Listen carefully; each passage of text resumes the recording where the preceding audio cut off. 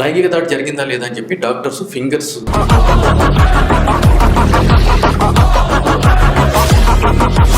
That is not the proper procedure అని చెప్పి. ఇప్పుడు మైనర్ బాలిక ఆమె కన్సర్న్ తోటి 100కి 100% మైనరు తన ఇష్టపూర్వకంగానే ఎవరితో అయినా కూడా పోక్సో ఎవరిపైన రిజిస్టర్డ్ అయితే ప్రాసెస్ ఎలా ఉంటుంది? తక్షణం ఎఫ్ఐఆర్ అనేది రిజిస్టర్ చేయాలి. రిజిస్టర్ చేసిన తర్వాత ఎవరైతే గనక సదరు బాధితులు ఉంటారో వాళ్ళని మెడికల్ టెస్ట్కి పంపించడం. ఎప్పుడో జరిగిన దానికి ఇప్పుడు మెడికల్ టెస్ట్ తీసుకపోతే అది పర్ఫెక్ట్గా రాదు. పెళ్లి చేసిన తర్వాత మొదటి కార్యం అని అంటారు, అది ఫస్ట్ నైట్ అంటారు. ఆ ఫస్ట్ నైట్ రోజు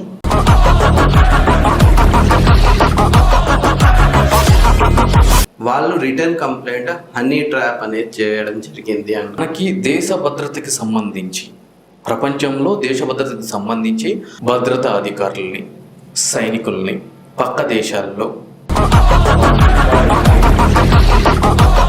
హైడ్రా అని చెప్పేసి ప్రభుత్వము చాలా మంది ఇల్లులు కూల్చేస్తుంది. ఇప్పుడు కూలబడితే మీరు కట్టుకోండి అనే విధంగా హైడ్రా అంటే కనుక ఒక బ్లాక్మెయిల్ సంస్థ అనడానికి ఏముంది దాంట్లో? సిగ్గుండాలండి. జనాలు నవ్వుతున్నారు, తూ అని మొహానుస్తున్నారు. మనిషి పుట్టిన తర్వాత ఒక రాజ్యాంగబద్ధ పదవుల్లో ఉన్న చేత మరి అమ్ముడుపోవచ్చండి. మరి జైలరు ఖైదీని మ్యారేజ్ చేసుకోవడం జరిగింది. 100% వ్యాలిడ్. ఎందుకు వ్యాలిడ్ కాకూడదు? ఇప్పుడు హిందూ మ్యారేజ్ యాక్ట్లో కానీ, స్పెషల్ మ్యారేజ్ యాక్ట్లో కానీ, క్రిస్టియన్ మ్యారేజ్ యాక్ట్లో ఈరోజు జైల్లో యావజ్జీవ కారాగార శిక్ష పడిన వాళ్ళు, మరణ శిక్ష పడిన వాళ్ళు ఎవరైతే ఉంటున్నారో వాళ్ళు కాంజువల్ రైట్స్ అంటే వాళ్ళ యొక్క భాగస్వాములతోటి సెక్సువల్ ఇంటర్కోర్స్ చేయాలి అని అనిపిస్తే సంబంధించిన జైలర్కి అప్లికేషన్ పెట్టుకుంటే వాళ్ళు సంబంధించినటువంటి భాగస్వామితో సెక్స్ చేయడానికి జైల్లోనే ఒక గదిని కేటాయిస్తున్నారు 2 గంటలు. అంటే ఇప్పుడు తప్పు చేసినప్పుడు పనిష్మెంట్ అనేది ఉండాలి, కానీ అన్ని ఫెసిలిటీస్ ఖైదీలకు ఇస్తే వాళ్ళు తప్పు చేసినామని ఎట్లా తెలుసుకుంటారు? వాళ్ళని చంపేయడము, ఫుట్పాత్ ఏరియాలో అన్ని పెట్టుకొని అమ్ముతూ ఉంటారు. అది లీగలేనా? అందరూ పెడితే ఊరుకుంటారు అనుకుంటారేంటి? 100% లోకల్ రాజకీయ నాయకులకి, లోకల్లో ఉన్న మున్సిపల్ అధికారులకి, లోకల్లో ఉన్న ట్రాఫిక్ పోలీసులకి తప్పనిసరిగా నెల భయం భక్తులు లేవు ఎవరికి. డబ్బులు పడేస్తే ఏదైనా జరుగుతుంది. ఎమ్మెల్యే మనోడే, కార్పొరేటర్ మనోడే, ఆ లోకల్లో కమిషనర్ మనోడే. ప్రైవేట్ స్కూల్ కి సంబంధించి ఫీజులు విపరీతంగా పెరిగిపోతున్నాయి. ఇది తరగని సబ్జెక్ట్ బ్రదర్. మనం ఏమి చేయలేదు. నేను చెప్తాను కదా, ఓపెన్ గా చెప్తాను కదా, బీయింగ్ ఎన్ అడ్వకేట్ గా ఎన్నో విషయాల మీద కొట్లాడిన వ్యక్తిగా దీన్ని మనం ఏం చేయలేం. ఎందుకంటే ఇది కార్పొరేట్ మాఫియా. వాడు ఫోన్ చేస్తే ఫీజు తగ్గిస్తానా, వాడు ఫోన్ చేస్తే మేము వింటామా, నీకు సీట్ కూడా ఇయ్యం, ఫస్ట్ ఇంటికి వెళ్ళి బయటికి ఆ ఎంఈఓలు కానీ డిఈఓలు కానీ వాళ్ళకి సిగ్గు శరం ఉండదు. రావాల్సినటువంటి మామూళ్ళు నెల చదువుకునే పరిస్థితి నుంచి చదువుకోలేని పరిస్థితి ఉంది, చదువుకోలేని పరిస్థితి నుంచి చదువు కొనలేని పరిస్థితికి వచ్చింది. Hi friends, this is Pradeep Devasari. Welcome to our channel. Friends, ఇప్పుడు మనతో పాటు ఉన్నారు advocate, politician and human right activist Sunkaran Naresh garu ఉన్నారు. ఆయనతో మాట్లాడి మరిన్ని విషయాలు తెలుసుకుందాం. నమస్తే సార్. నమస్తే అండి. బాగున్నారా సార్? ఫైన్. ఎలా ఉన్నారు బ్రదర్? బాగున్నాను సార్. ఇప్పుడు ప్రజెంట్ ఉన్న దాంట్లో బండి సంజయ్ ఇష్యూ అనేది చాలా విపరీతంగా నడుస్తుంది. వాళ్ళ అబ్బాయి మీద పోక్సో కేసు అనేది వేయడం జరిగింది. సో లీగల్గా అసలు పోక్సో వేస్తే ఏం చేయాలి, వీళ్ళ దాంట్లో ఏం చేస్తున్నారు? పోస్కో యాక్ట్ అంటే ఇక్కడ ఎవరైతే కనుక 18 సంవత్సరాలకి లోబడినటువంటి ఆడపిల్లలు ఉంటారో, చిల్డ్రన్, అబ్బాయిలు కూడా కావచ్చు, సో వాళ్ళ మీద జరిగేటువంటి సెక్సువల్ అట్రాసిటీస్ ఏవైతే ఉంటాయో వాటి నుంచి ప్రొటెక్ట్ చేయడానికి ఎవరైతే కనుక ఈ విధంగా మైనర్స్ మీద సెక్సువల్ అబ్యూస్ కానీ, సెక్సువల్ అసాల్ట్ కానీ ఇటువంటివి నేరాలు చేస్తున్నారో వాళ్ళందరికీ కఠిన శిక్ష పడే విధంగా ఒక ప్రత్యేకమైన చట్టం ఉండాలి అని చెప్పని 2012 సంవత్సరం నుంచి అమల్లోకి వచ్చింది ఈ పోస్కో యాక్ట్. సో అది ఈ పోస్కో చట్టం యొక్క ప్రాధాన్యత. అయితే ఇప్పుడు ఈ పోక్సోలోనే మన బండి సంజయ్ వాళ్ళ అబ్బాయి అనేది ఎలా ఇరుక్కోవడం జరిగింది, నిజంగా ఆయన మీద ఏమేమి యాక్షన్లు తీసుకోవాలి, వీళ్ళందరూ ఎందుకు ధర్నా చేస్తున్నారు ఆయన మీద యాక్షన్ తీసుకోవాలి. ఇక్కడ ప్రధానంగా కొన్ని మీడియాల ద్వారా మనకు తెలిసిన విషయం ఏంటి అని అంటే కనుక సంజయ్ గారి కుమారుడు సంబంధించి ఒక మైనర్ బాలికి సంబంధించి సెక్సువల్ అసాల్ట్ చేశారు అని చెప్పని దానికి సంబంధించి సదరు కుటుంబము కేసు పెట్టడానికి గత కొన్ని రోజుల నుంచి తిరిగినా కూడా పోలీస్ అధికారులు కేసు తీసుకోలేదు. కాబట్టి ప్రధానమంత్రి మోడీ గారు వచ్చే ముందు రోజు మేము సభ ముందు ఆత్మార్పణ చేసుకుంటాము అని చెప్పని స్టేషన్లో సంబంధించిన అధికారుల ముందు వాళ్ళ యొక్క గోడును వెళ్ళబోసుకుంటే వాళ్ళు పోస్కో చట్ట ప్రకారం సదరు వాళ్ళ యొక్క కుమారుడు మీద కేసు రిజిస్టర్ చేశారు అనేది మనందరికీ బయట సమాచారం ద్వారా తెలిసొస్తుంది. అయితే దీని మీద ఇప్పటి వరకు అసలు ఏం జరిగింది ఏంటి అనేది మీకు తెలియదు, నాకు తెలియదు. ప్రెస్ ద్వారా, కొన్ని మీడియా సంస్థల ద్వారా, కొంతమంది రాజకీయ నాయకుల ద్వారా వాళ్ళు మాట్లాడిన వర్షన్ బేస్ చేసుకుని మాత్రమే నేను చెప్పడం.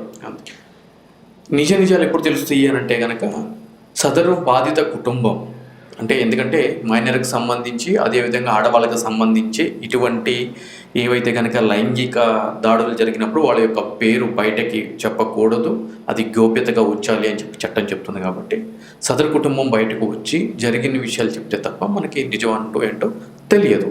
ఇంకొక విషయం ఏంటి అని అంటే కనుక కంప్లైంట్ యొక్క సారాంశాన్ని మనం చూడాలి అని అనుకుంటే కనుక ఆ కంప్లైంట్లో కూడా అది ఆన్లైన్లో పెట్టడం జరగదు, ఎందుకంటే కనుక ఈ గోప్యత ఉంటుంది కాబట్టి. సో వాళ్ళు వచ్చి మీడియా ముందుకు వచ్చి మాట్లాడితేనే నిజాలన్నవి తెలియడానికి ఆస్కారం ఉంటుంది. పోక్సో ఎవరిపైన రిజిస్టర్డ్ అయితే ప్రాసెస్ ఎలా ఉంటుంది, ఏమేమి స్టెప్స్ పోలీస్ వాళ్ళు చేయాలి? జనరల్గా పోస్కో యాక్ట్లో కానీ అదేవిధంగా రేప్ కేసెస్లో కానీ ఈ లైంగిక దాడులకు సంబంధించి ఆడవాళ్ళ మీద కానీ మైనర్ల మీద కానీ జరిగినప్పుడు జరిగే ప్రొసీజర్ ఏముంటుంది అని అంటే కనుక తక్షణం ఎఫ్ఐఆర్ అనేది రిజిస్టర్ చేయాలి. రిజిస్టర్ చేసిన తర్వాత ఎవరైతే కనుక సదరు బాధితులు ఉంటారో వాళ్ళని మెడికల్ టెస్ట్కి పంపించడం చేయాలి. మెడికల్ టెస్ట్కి పంపించిన తర్వాత తక్షణం ఈ కేసుకు సంబంధించినటువంటి ఎవరైతే కనుక ఆ నిందితులు ఉన్నారో ఆ నిందితుల్ని పట్టుకునే క్రమంలో ఈ బాధితుల యొక్క స్టేట్మెంట్ని మెజిస్ట్రేట్ వారి ముందు రికార్డ్ చేయాల్సిన ఆవశ్యకత ఉంటుంది. ఎందుకు అనంటే కనుక కొంత భయభ్రాంతులకు గురయ్యి కొంత ఫోర్స్ తోటి ఈ విధంగా కొన్ని ఫేక్ కేసెస్ పెట్టేటువంటి ఆస్కారం కూడా ఉంది. కాబట్టి మెజిస్ట్రేట్ వారి ముందు అసలు జరిగిన విషయాన్ని మెజిస్ట్రేట్ వారు ఇన్ కెమెరాలో అంటే ఎవరూ లేకుండా వాళ్ళ ముందే వాళ్ళు ఏం జరిగింది ఏంటి అని చెప్పని ఒక స్టేట్మెంట్ అనేది రికార్డ్ చేయడం జరుగుతుంది. సో ఆ రికార్డ్ అనేది చేసిన తర్వాత నిందితులు తక్షణం అరెస్ట్ అనేది చేయడం జరుగుతుంది. ఇక నిందితులు అరెస్ట్ చేసిన తర్వాత మనకు తెలిసిన విషయమే వాళ్ళకి రైట్ బెయిల్ అనేది వాళ్ళు బెయిల్ వేసుకుంటారు. బెయిల్ మీద బయటికి రావడం జరుగుతుంది. దాని తర్వాత పోలీస్ అధికారులు ఈ యొక్క నేరం జరిగింది అని చెప్పి ఎవరైతే కనుక కంప్లైంట్ ఇచ్చారో దానికి సంబంధించి ఇక్కడ ఎప్పుడు జరిగింది నేరము, ఎక్కడ జరిగింది, ఏ విధంగా జరిగింది, దానికి సంబంధించినటువంటి ఎవిడెన్స్లు, ఐ విట్నెస్ కావచ్చు, టెక్నికల్ ఎవిడెన్సెస్ కావచ్చు, మెడికల్ ఎవిడెన్సెస్ కావచ్చు, వాట్స్ ఎవర్ ఇవన్నీ సేకరించాలి. సో దానికి సంబంధించి ఛార్జ్ షీట్ అంటారు, నేర అభియోగ పత్రం సంబంధించిన కోర్టులో దాఖలు చేయాలి. దాని మీద ప్రాపర్ ట్రయల్ జరిగిన తర్వాత శిక్షణ విధించడం జరుగుతుంది. ఇది ప్రొసీజర్. ఇప్పుడు మీరు చెప్పిన దాంట్లో ఒక చిన్న డౌట్ సార్, ఎప్పుడో జరిగిన దానికి ఇప్పుడు మెడికల్ టెస్ట్ తీసుకపోతే అది పర్ఫెక్ట్గా రాదు. సో దాన్ని ఎలా ప్రూవ్ చేసుకోవాలి, దానికి ఏమైనా ప్రాసెస్ ఉంటుందా? ఇక్కడ మెడికల్ టెస్ట్ చేయాలి అనేది ఒక ప్రొసీజర్ తప్ప మెడికల్ ప్రొసీజర్ చేసినంత మాత్రాన అబ్బాయికి సంబంధించినటువంటి ఏవైతే కనుక ఈ సెమెన్ ఇవన్నీ ఉంటాయో దాంట్లో లభించాలి అని చెప్పైతే కనుక ఏం లేదు. ఎందుకంటే సుప్రీంకోర్టు ఎన్నో వేరియస్ జడ్జిమెంట్ చెప్పడం జరిగింది. సో అది నెసెసిటీ కాదు అని చెప్పని గతంలో యాక్చువల్గా ఈ ప్రొసీజర్ మెడికల్ టెస్ట్ అనే ప్రొసీజర్ ఎందుకు పెట్టారు అని అంటే కనుక గతంలో ఈ ఆడవాళ్ళకి సంబంధించి పెళ్లి చేసిన తర్వాత మొదటి కార్యం అని అంటారు, అది ఫస్ట్ నైట్ అంటారు. ఆ ఫస్ట్ నైట్ రోజు మనం చూసుకున్నట్లయితే కనుక వైట్ క్లాత్ వేసి బెడ్ మీద మల్లెపూలు వేసి అబ్బాయిని అమ్మాయిని లోపలికి పంపించడం జరుగుతుంది. సో ఆ మొదటి రోజు ఆ రాత్రి గడిచిన తర్వాత అంటే ఆ కొత్తగా పెళ్ళైన వధువరుల లోపలికి వెళ్ళి వచ్చిన తర్వాత పెద్దవాళ్ళు వెళ్ళి బెడ్ని చెక్ చేసేవాళ్ళు. ఎందుకు అంటే కనుక బ్లడ్ స్టెయిన్స్ ఉన్నాయా లేదా అని చెప్పడానికి. దాని అర్థం ఏంటి అంటే కనుక it's like A virgin test. అంటే ఆ మొదటి రోజు రాత్రి మాత్రమే అమ్మాయి యొక్క వర్జినిటీ, ఆ లేయర్ ఏదైతే ఉంటుందో ఆ లేయర్ పగిలి ఆ బ్లడ్ అనేది అక్కడ చిందుతుంది అనేది ఒక అనాదిగా వస్తున్నటువంటి సాంప్రదాయం. కానీ నేటి ఈ ప్రపంచంలో మగవాళ్ళతో సమానంగా ఆడవాళ్ళు కూడా పోటీ పడుతున్నారు. క్రీడల్లో కావచ్చు, ఉద్యోగాల్లో కావచ్చు, విద్యలో కావచ్చు, వాటిలో కావచ్చు. అందులో భాగంగానే మెడికల్గా ప్రూవ్ అయింది ఏంటి అంటే కనుక ఈరోజు మనకి ఎన్సిసి అని చెప్పని స్కూల్ లెవెల్లోనే వాటిలో చేస్తుంటారు. అదేవిధంగా ఈరోజు చిన్నపిల్లల బాల్యం దశ నుంచే కూడా పిల్లలు కూడా ఫిజికల్గా స్ట్రాంగ్ ఉండాలి, యాక్టివిటీస్లో పార్టిసిపేట్ చేయాలి, స్పోర్ట్స్లో ముందు ఉండాలి అని చెప్పి అంటున్నారు. ఈ క్రమంలో కూడా ఇప్పుడు షటిల్ ఆడతారు, లేదంటే క్రికెట్ ఆడతారు, సమ్ ఎక్సైటెడ్ గేమ్స్ ఆడతారు. సో అటువంటి క్రమంలో కూడా ఆ లేయర్ అనేది బ్రేక్ అవుతుంది కాబట్టి, సో అది ఒక అనాదిగా వస్తుంది కాబట్టి దాన్ని కన్సిడర్ చేయాల్సిన అవసరం లేదు అని చెప్పని కూడా చెప్పడం జరిగింది. అలానే అంతకుముందు ఫింగర్ టెస్ట్ అని చెప్పని అనేది ఉండేది. అంటే లైంగిక దాడి జరిగిందా లేదా అని చెప్పి డాక్టర్స్ ఫింగర్స్ లోపలికి పంపించి వాళ్ళు టెస్ట్ చేయడం జరిగేది. అది కూడా మోసపద్ధతి అని చెప్పి అని సుప్రీంకోర్టు ఎన్నో పద్ధతులు చెప్పడం జరిగింది. That is not the proper procedure అని చెప్పని. సో కాబట్టి ఇక్కడ మీకు నేను చెప్పేది ఏంటి అని అంటే కనుక ఇక్కడ మెడికల్ టెస్ట్కి పంపించినంత మాత్రం దొరుకుతుందా అని అంటే కనుక దొరకదు ఆబ్వియస్లీ. ఎందుకు అని అంటే కనుక మనకి ఒక అత్యాచారం జరిగిన, ఒక లైంగిక దాడి జరిగిన సర్టెన్ పీరియడ్ వరకు మాత్రమే అక్కడ ఏమైనా ఎవిడెన్సెస్ అనేది ట్రేస్ చేయడానికి ఉంటాయి. కానీ ఇక్కడ ఒక 2 months 3 months 4 months అయిన తర్వాత ఆబ్వియస్లీ దొరకవు. ఎందుకంటే ఎవిడెన్స్ డిసపియర్ అయిపోతూ ఉంటుంది, ట్యాంపర్ అయిపోతూ ఉంటుంది, దొరకదు. బట్ అది మాత్రమే ఎక్స్క్లూజివ్గా కేసును ప్రూవ్ చేయడానికి అని చూసుకోవడానికి కూడా లేదు. ఇప్పుడు మైనర్ బాలిక ఆమె కన్సర్న్ తోటి ఇలాంటి సెక్షువల్ అసల్ట్ అయితే పోక్సో అట్రాక్ట్ అవుతుందా కాదు? 100కి 100% మైనరు తన ఇష్టపూర్వకంగానే ఎవరితో అయినా కూడా వెళ్ళిన, సెక్సువల్ ఇంటర్కోర్స్ చేసిన, లేదంటే పెళ్ళికి అంగీకరించిన, లేదు పెళ్ళి చేసుకున్న, ఇష్టపూర్వకంగా అవతల వ్యక్తితోటి వెళ్ళిపోయినా కూడా అది ఏమాత్రం చెల్లుబాటు కాదు. ఎందుకంటే కనుక ఆమె మైనర్ కాబట్టి అదే చట్టం చెప్తుంది. ఆమె విల్లింగ్ తో చేసినా కూడా ఈయన పైన కేసు అనేది కంపల్సరీ అవుతుంది. ఎగ్జాక్ట్లీ. అంతేందుకంటే ఈరోజు మైనర్ గురించే కాదు, మేజర్గా ఉన్నటువంటి ఇద్దరు వ్యక్తులు, ఒక ఆడ ఒక మగ, కలిసి తిరిగి కలిసి సెక్సువల్ ఇంటర్కోర్స్ చేసి ఆ అమ్మాయి నాకు ఇష్టం లేకుండా బలవంతంగా ఈ వ్యక్తి ఎన్నోసార్లు నా మీద లైంగిక దాడి జరిపాడు అని చెప్పని కేసు పెట్టినా కూడా అది చెల్లుబాటు అవుతుంది. అంటే ఆమె కన్సర్న్తో చేసినా కూడా తర్వాత మాట మార్చి అది కేసు పెడతారు. సరే, దాని తర్వాత కోర్టులో అది నిలబడదా అనేది సెకండరీ ఇష్యూ. గతంలో కూడా మ్యారేజ్ అయిపోయిన తర్వాత భార్య ఇష్టం లేకపోయినా భర్త బలవంతంగా భార్యతోటి సెక్సువల్ ఇంటర్కోర్స్ చేస్తే భార్య నాకు ఇష్టం లేకుండా భర్త చేశాడు అంటే కనుక మ్యారిటల్ రేప్ అని చెప్పని ఇప్పుడు లేదనుకోండి, అసలు చెప్తున్నాను. మొన్నటివరకు ఆ చట్టం ఉండేది.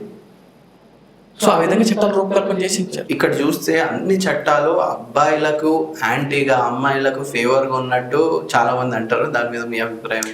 తప్పనిసరిగా మహిళల భద్రత కోసము, మహిళలకు ఉన్నటువంటి ఆ జెండర్ డిస్క్రిమినేషన్ ఏదైతే కనుక ఆదరించి ఉందో దాన్ని రూపుమాపడానికి, ఆ వలనరబిలిటీని కన్సిడర్ చేస్తూ కొన్ని ప్రత్యేకమైన చట్టాలు ఆడవాళ్ళ గురించి చేసిన మాట వాస్తవము, దాన్ని కాదని లేనిది. అందులో భాగంగానే పెళ్ళైనటువంటి ఆడపిల్లలకి ప్రొటెక్ట్ చేయడానికి వాళ్ళు అత్తవారింట్లో కానీ, అదేవిధంగా భర్త దగ్గర కానీ ఈ డొమెస్టిక్ సంబంధించిన క్రూయాలిటీ, ఫిజికల్ అసల్ట్కి సంబంధించి ఏదైతే కనుక ఉందో గతంలో 490 అనేటోళ్ళము ఆ ప్రత్యేకమైన అమెండ్మెంట్ తీసుకుని వచ్చినటువంటి చట్టం కానీ, అదేవిధంగా డొమెస్టిక్ వైలెన్స్ డివిసి కానీ, సో అదేవిధంగా 125 CRPC మెయింటెనెన్స్కి సంబంధించి కానీ, అదేవిధంగా ఈ యొక్క మహిళలకు సంబంధించినటువంటి పోస్కో చట్టాలు కానీ, ఇవన్నీ కూడా ఆడవాళ్ళని దృష్టిలో పెట్టుకొని చేసినటువంటి చట్టాలే.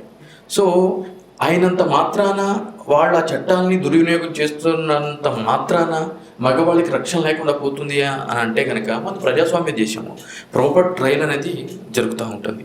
ఈరోజు మనం చూసుకున్నట్లయితే కనుక గతంలో అమ్మాయి అబ్బాయి కలిసి శారీరక సంబంధం పెట్టుకొని ఏదైనా ఒక కన్సిడరేషన్స్ అంటే అది ఆర్థిక సంబంధమైనది కావచ్చు, లేదంటే కనుక సోషియోపరమైనది కావచ్చు, మరి వేరే ఇతరది ఏదైనా కావచ్చు. అబ్బాయి కనుక పెళ్లి చేసుకోవడానికో లేదు అంటే కనుక అమ్మాయి అడిగినటువంటి డిమాండ్స్కి నో అంటేనో తక్షణం వెళ్ళి రేపిస్టులు పెట్టేవాళ్ళు. కానీ ఇప్పుడు ఆ పరిస్థితి లేదు. అంటే పెట్టినా కూడా సుప్రీంకోర్టు నెంబర్ ఆఫ్ జడ్జిమెంట్స్ చెప్పడం జరిగింది. సో ఈరోజు పెళ్లి చేసుకుంటాను అని చెప్పి మోసగించి సెక్సువల్ ఇంటర్కోర్స్ చేసినంత మాత్రాన రేపు ఏ విధంగా పరిగణించబడుతుంది, అది చట్ట విరుద్ధం అని చెప్పాను కూడా జడ్జిమెంట్స్ ఇవ్వడం జరిగింది. సో ఆబ్వియస్లీ కోర్ట్స్ అనేవి ఉన్నాయి కాబట్టి రక్షించడానికి సో కోర్టులే అంతిమంగా మనల్ని రక్షించేటువంటి. ఇప్పుడు మన బండి సంజయ్ గారి అబ్బాయి కేసులో వాళ్ళు రిటర్న్ కంప్లైంట్ హనీ ట్రాప్ అనేది చేయడం జరిగింది అని. ఇప్పుడు ఒక మైనర్ బాలిక మీద హనీ ట్రాప్ అనేది వర్కౌట్ అవుతుందా, లేకపోతే అది చెల్లదా? సో హనీ ట్రాప్ అంటే ఏంటి అనేది ఫస్ట్ మనం మాట్లాడుకోవాలి. అసలు ఈ హనీ ట్రాప్ అనే అంశం ఎప్పుడు తెర మీదకి వచ్చింది అని అంటే కనుక మనకి దేశ భద్రతకి సంబంధించి, ప్రపంచంలో దేశ భద్రతకి సంబంధించి ఆయా దేశాలకి సంబంధించినటువంటి ప్రభుత్వ అధికారులు కొంత టీంని వాళ్ళు ఏం చేస్తారు అంటే కనుక బయటికి తెలియకుండా సీక్రెట్గా ఇంటెలిజెన్స్ని పెట్టడం జరుగుతుంది.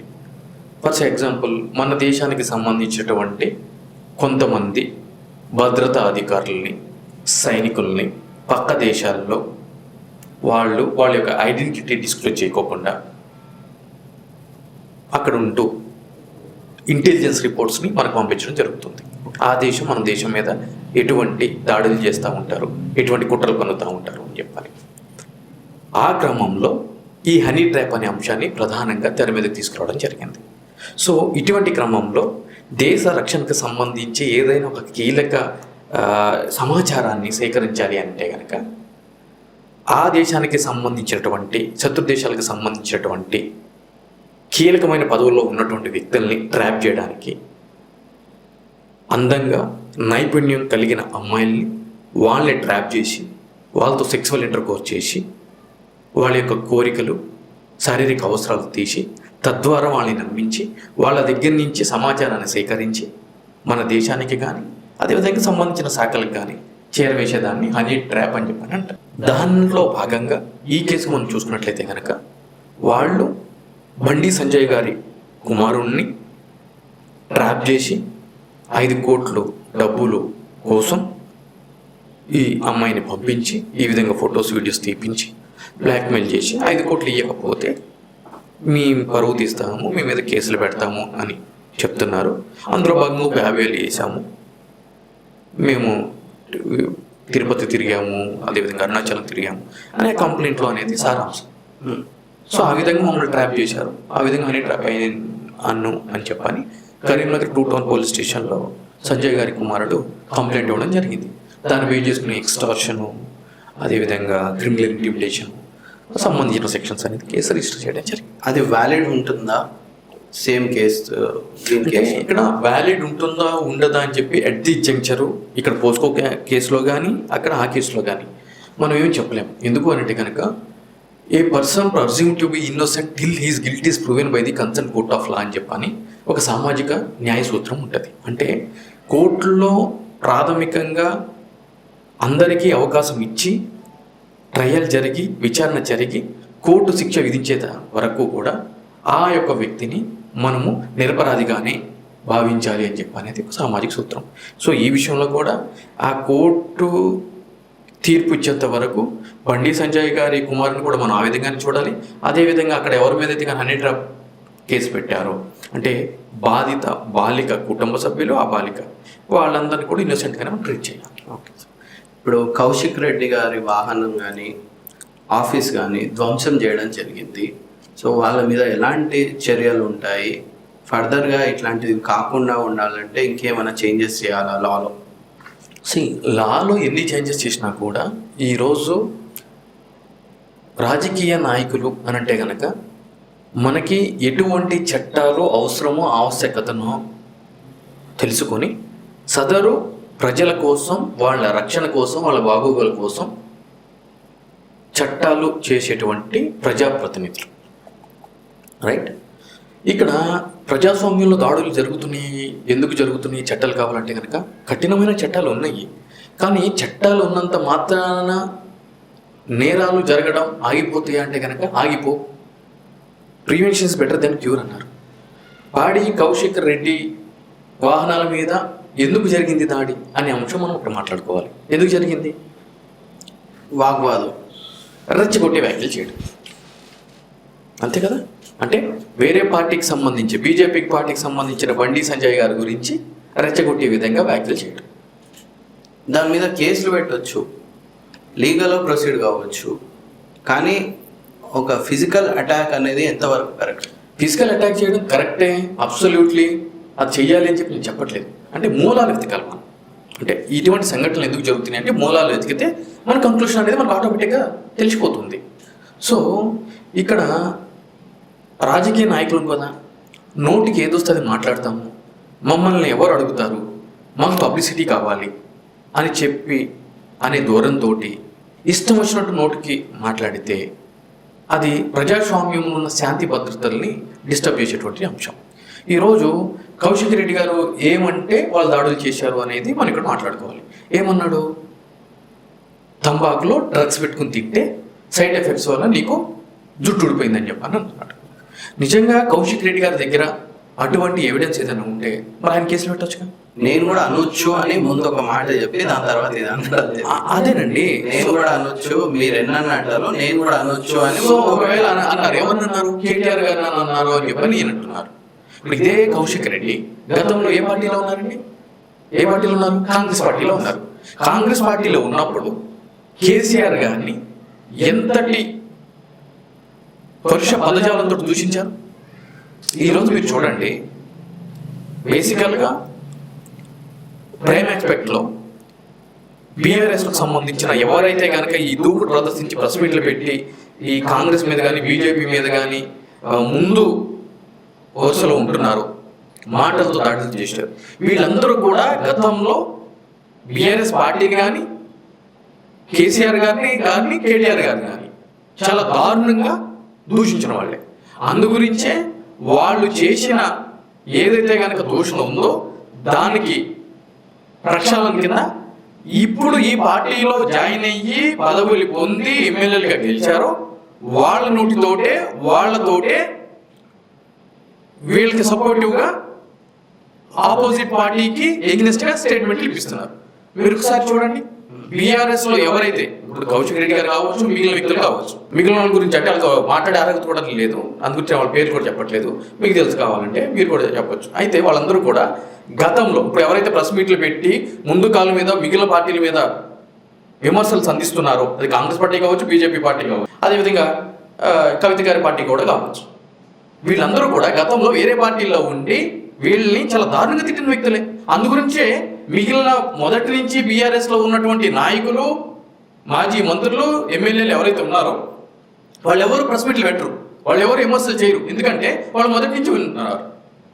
మధ్యలో వచ్చిన వాళ్ళతోటే ప్రెస్ మీట్లు పెట్టించి కావాలని చెప్పి ఇటువంటి ప్రయత్నం జరుగుతుంది.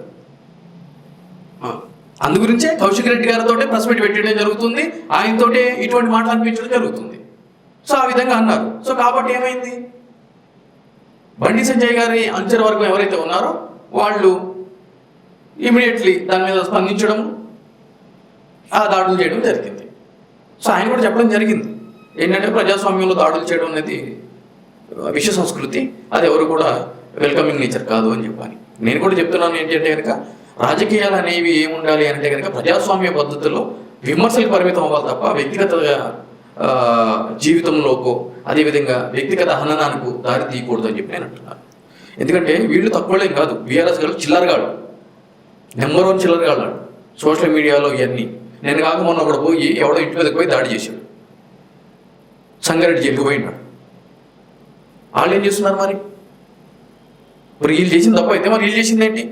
మరి అదే పార్టీ చెప్పొచ్చుగా, అరే ప్రజాస్వామ్య పద్ధతిలో నువ్వు కొట్లాడాలి తప్ప ఇంటికి పోయి దాడులు చేయడం 10 మందిని 20 మందిని, నేను జిమ్కి పోతే అది పోతే నా కండలో ఉన్నాయి అంటే కనుక ఏమవుతుంది? సంగారెడ్డి అయితే బతుకు.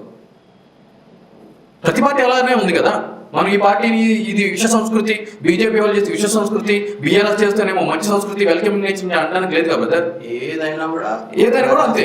సో కాబట్టి ప్రజాస్వామ్యంలో దాడులు అనేది సహించరానిది, అది కరెక్ట్ అయిన పద్ధతి కాదు. కాబట్టి ప్రతి ఒక్కళ్ళు కూడా ఏం చేయాలి అని అంటే కనుక ప్రజాస్వామ్య పద్ధతిలో వ్యక్తిగత హననానికి పాల్పడినప్పుడు మీరు పద్ధతిగా కేసులు రిజిస్టర్ చేయాలి.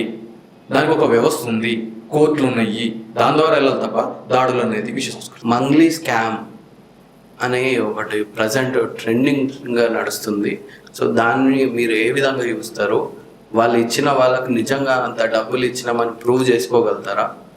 కోర్టు వాళ్ళకు న్యాయం చేస్తుందా? దీంట్లో ఎన్నో మీడియా ఛానల్స్, ఎంతోమంది బాధితులు దగ్గర ఒక 20 రోజులు దీని మీద పోరాడితే ఇప్పటి వరకు కూడా మంగ్లీ గారికి కానీ వాళ్ళ తమ్ముడిని కానీ నోటీస్ ఇచ్చిన పరిస్థితి కానీ అరెస్ట్ చేసిన పరిస్థితి కానీ లేదు. సో ఇది క్రిస్టల్ క్లియర్గా మనం అర్థం చేసుకోవాల్సిన విషయం ఏంటి అని అంటే కనుక ప్రభుత్వంలో ఉన్నటువంటి ముఖ్యమైన నాయకుల్ని ఏ విధంగా మేనేజ్ చేసి ఆమె నిలబడింది అనడానికి ప్రత్యక్షమైన నిదర్శనం ఇది.